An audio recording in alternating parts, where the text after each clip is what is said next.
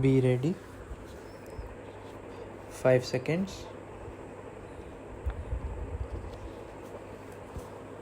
Start. Mr.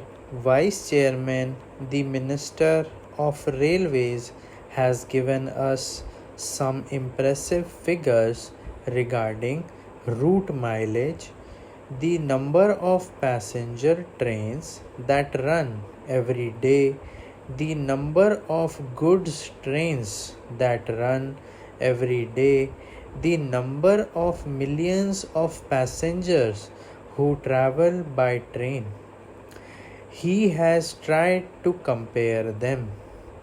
In view of the vastness of the country, the large number of passenger trains being run, the large number of goods train being run, and the big route mileage, he has tried to show that the number of accidents that have occurred is not quite alarming. I do not know what his idea was when he tried to compare the number of accidents against this background. Committees have been appointed when serious accidents took place to find out why such and such accident took place. The Shah Nawaz Committee, which was appointed in 1956, gave a very voluminous report.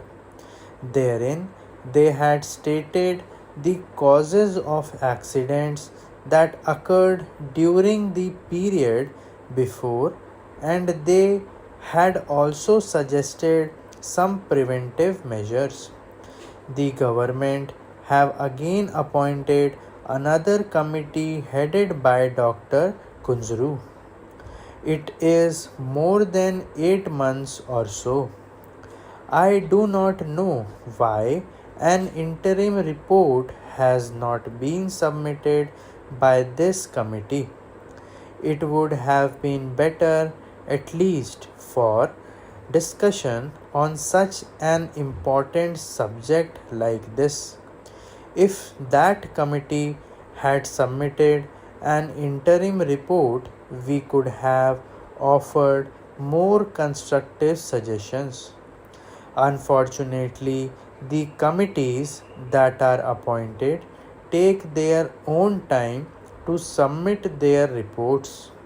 Maybe the government is partly responsible for they may not be cooperating with the committee in giving all the material that is necessary for the committee to come to some sort of conclusions and gave their findings on such an important question.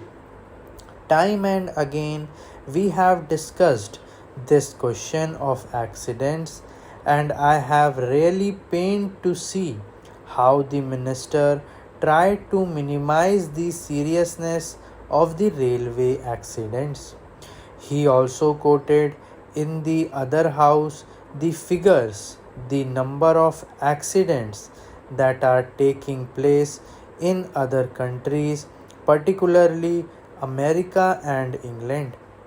The conditions that are obtaining in these countries and that are obtaining in India are totally different.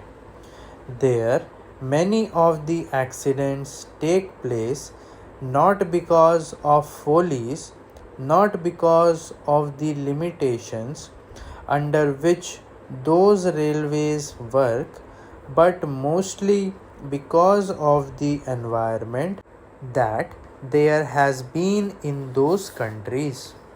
So, he did not mention the figures here but took refuge under the guise that our railways work much better than the railways work in other countries, and that the rate of accidents in India is much less than the rate of accidents in America or England. Sir, by having this discussion, the Railway Board and the Railway Ministry should be able to learn some lessons, and if they are prepared to implement the salient suggestions that will be made by the members, then many of these discussions will not take place, and many of the accidents that take place these days will not occur.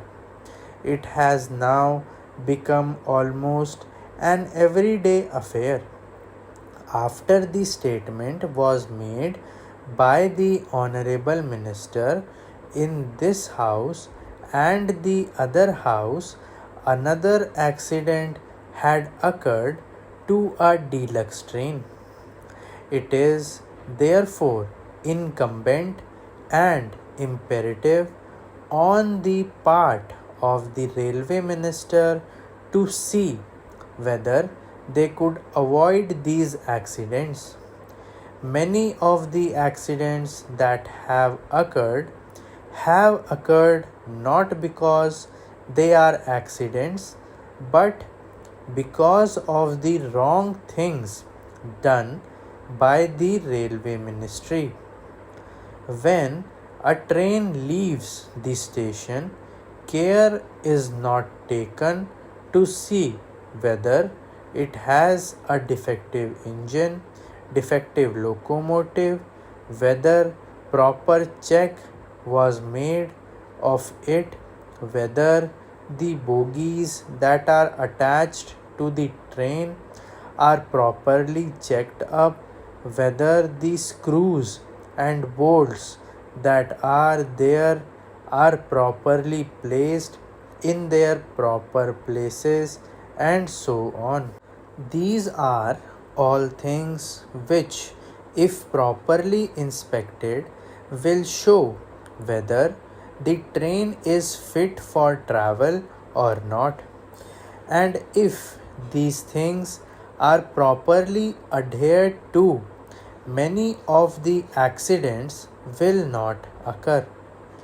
A member in the other house has reported a statement from the statesman of Calcutta that the loco shed people asked the driver of a particular train to somehow manage, even though he complained that he could not take the train. He tried to manage. When the train arrived very late, he was said to have been manhandled by the crowd for the late arrival of the train, and he is reported to have stated to the correspondent that, in spite of the protest that he made, he was asked to take that locomotive, which is very defective. Last year, similar accidents occurred. For instance, the Ranchi accident. It is also reported that the engine driver protested when he was asked to take the train because the engine was defective. But in spite of his protests, he was forced to take that engine and an accident occurred. I am glad that an inquiry commission has been appointed to go into the cause of the accident.